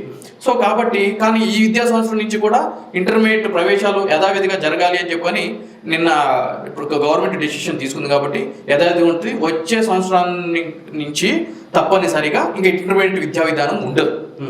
జాతీయ విద్యా విధానంలో భాగంగానే +2 10+2 ఉంటుంది. ఇప్పుడు చాలా మందికి ఉన్న కన్ఫ్యూజన్ ఏంటంటే అప్పట్లో బైపీసీ, ఎంపీసీ, సిఈసి ఇవన్నీ ఉంటాయి.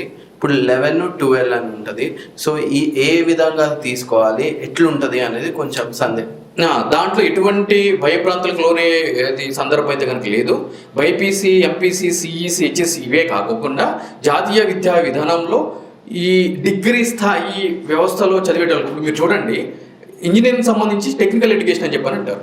అంటే దాంట్లో మన మారుతున్న పరిస్థితులకి, సమాజానికి అనుగుణంగా వాళ్ళ యొక్క కోర్సెస్ అనేవి ప్రవేశపెట్టడం జరుగుతుంది. When it comes to degree మనకి పరిస్థితులకు అనుగుణంగా కోర్సెస్ ఉండవు డిగ్రీకి సంబంధించి, వీటికి సంబంధించి. సో కాబట్టి ఆ యొక్క విద్యా విధానాన్ని మార్చాలని అనుగుణంగా ఇప్పుడు డిగ్రీలో కూడా ఏ టెక్నాలజీకి సంబంధించిన కోర్సులు ప్రవేశపెట్టడము, నేటి సమాజంలో ఏవైతే కనుక డిమాండ్ ఉన్నటువంటి కోర్సులు ఉన్నాయో వాటికి సంబంధించినటువంటి కోర్సెస్ ప్రవేశపెట్టడం కూడా చేయడం జరుగుతుంది. ఈ జాతీయ విద్యా విధానంలో కూడా ఆ విధంగానే మొదటి నుంచి కూడా వాళ్ళ యొక్క ప్రాస్పెక్టివ్ ఫ్యూచర్కి కావాల్సినటువంటి ఏవైతే గనక విద్యా విధానం ఉంటుందో వాటిని చూస్ చేసుకోవడానికి దీంట్లో కోర్సెస్ ఉన్నాయి. దానికి బాధపడాల్సిన అవసరం ఏం లేదు, ఆలోచించాల్సిన అవసరం. ఇప్పుడు ఈ బిల్లుతో పాటే ఈ ఫీజు కూడా దీంట్లోనే పెట్టేస్తే బాగుంటుంది అని వాళ్ళకి మీరు ఏం చెప్తారు? ఫీజు ఆల్రెడీ ఉంది బ్రదర్, రెగ్యులేషన్స్ ఉన్నాయి, జియోస్ ఉన్నాయి, రైట్ టు ఎడ్యుకేషన్ యాక్ట్ ఉంది. కానీ ఇక్కడ ఇంప్లిమెంటేషన్ అవ్వాలి అని అంటున్నాయి అనేది. అంటే చట్టాలు చేసుకోవడం వేరు, చట్టాలు అమలయ్యే విధంగా వాటి మీద ఒత్తిడి తీసుకురావడం వేరు. ఇక్కడ ప్రజాస్వామ్యంలో 3 ప్రధానమైన పిల్లర్స్ ఉంటాయి, executive body, judicial body, legislation. So ఈ ఎమ్మెల్యేలు, ఎంపీలు వీళ్ళందరూ కూడా అసెంబ్లీలో, పార్లమెంట్లో చట్టాలు చేస్తారు. ఆ చట్టాలు ఇంప్లిమెంట్ చేయాల్సిన బాధ్యత ఎవరిది? Executive body. అంటే ఎంఆర్ఓలు కావచ్చు, డిఈఓలు కావచ్చు, ఐపీఎస్లు కావచ్చు, ఐఏఎస్లు కావచ్చు, అధికారులు. ఒకవేళ వీళ్ళు ఇంప్లిమెంట్ చేసే విధానంలో ఏదైనా లోటుపాటు ఉంటే కనుక దెన్ జ్యుడిషియల్ వాళ్ళు చేసేటువంటిని కోర్టు మానిటర్ చేసి డిక్లేర్ చేస్తుంది. ఇప్పుడు అన్ని జ్యుడిషియల్ వరకు పోతుంది ప్రతి అంశం. జ్యుడిషియల్ వరకు పోయినా కూడా జ్యుడిషియల్ ఉత్తర్వుల్ని మళ్ళీ పాటించాల్సింది ఎవరు? Executive body. మళ్ళీ అదే అధికారులు తొమ్మిదిలో పెడతారు కదా. పాటించకపోతే ఏం జరుగుతుంది? కంటెంట్ ఆఫ్ కోర్ట్ అవుతుంది. అది వేస్తాము, అది 4 సంవత్సరాలకు, 5 సంవత్సరాలకు, 6 సంవత్సరాలకు వస్తుంది. వచ్చిన తర్వాత వీళ్ళు వచ్చే సింపుల్ గా సారీ చెప్పారనుకోండి, కంటెంట్ క్లోజ్ అయిపోతుంది. అదే కదా మీ ధైర్యం. సో పారదర్శకత, చిత్తశుద్ధి ఎగ్జిక్యూటివ్ బాడీలో లేనంత వరకు కూడా మీరు ఎన్ని చట్టాలు తీసుకొచ్చినా కూడా అది అనవసరం. ఫైనల్ ఆడియన్స్కి ఏం చెప్పాలనుకుంటున్నారు? ఆడియన్స్కి నేను చెప్పేది ఒకటే బ్రదర్, ఈరోజు ప్రజలందరూ కూడా పార్టీల వారీగా, నాయకుల వారీగా, కులాల వారీగా, మతాల వారీగా చీలి వాళ్ళకి ఊడిగలు చేస్తూ వాళ్ళ జీవితంలో కోల్పోతున్న హక్కుల గురించి వాళ్ళు కొట్లాడటం మానేసి వాళ్ళు నమ్మిన నాయకత్వం గురించి, సిద్ధాంతం గురించి కొట్లాడటం మొదలుపెట్టారు. దీనివల్ల ఏం జరుగుతుంది? ఒక వర్గం మాత్రమే సమాజంలో పై స్థాయికి వెళ్తుంది. అణగారిన వర్గం, సామాన్య ప్రజానికం మాత్రం కష్టాల్లో కొట్టుమిట్టాడుతుంది. కాబట్టి చైతన్యవంతులు కాండి. ఈరోజు తమిళనాడును ఒకసారి చూడండి. విజయ్ 108 సీట్స్ గెలిచాడు అంటే కనుక డబ్బులు పంచిపెట్టాడా? పంచిపెట్టలేదే. ఈరోజు అందరూ కూడా మార్పు కావాలి అనే ఉద్దేశంతో అక్కడ అధికారంలో ఉన్న పార్టీని కూడా చిత్తుగా ఓడించి ల్యాప్టాప్లు ఇచ్చినా, అత్యంత విలువైన తాయిలాలు ఇచ్చినా కూడా వాటిని పక్కన పెట్టి ఒక పారదర్శకమైన ప్రభుత్వానికి నాంది పలికారు. సో కాబట్టి అటువంటి మార్పు ఇక్కడ కూడా రావాలి. దయచేసి మీరు నమ్మిన నాయకుల గురించో సిద్ధాంతం గురించో కాదు, మీరు రోజువారీ జీవితంలో పడుతున్నటువంటి కష్టాల గురించి, ఇబ్బందుల గురించి, మీ హక్కుల గురించి పోరాడండి. అప్పుడు మాత్రమే నిజమైన ప్రజాస్వామ్యము మీ కళ్ళ ముందు కనిపిస్తుంది. మీరు కొట్లాడుతున్న కొట్లాట గురించి మీ సోకాళ్ళ లీడర్స్ ఎవరైతే ఉన్నారో వాళ్ళ నుంచి సపోర్ట్ చేయమని చెప్పండి. మీరు వెళ్ళి వాళ్ళ వ్యక్తిగత అవసరాలకు సపోర్ట్ చేయడం కాదు, మీ అవసరాలకి నాయకత్వం సపోర్ట్ చేయాలి. అప్పుడు మాత్రమే మార్పు అనేది వస్తుంది. Super, thank you. సో చూసారా ఫ్రెండ్స్, ఈ వీడియోపై మీ అభిప్రాయాన్ని కామెంట్ చేయండి. ఈ వీడియో కనుక మీకు నచ్చినట్లయితే లైక్ చేయండి. And don't forget to follow for more updates. Thank you.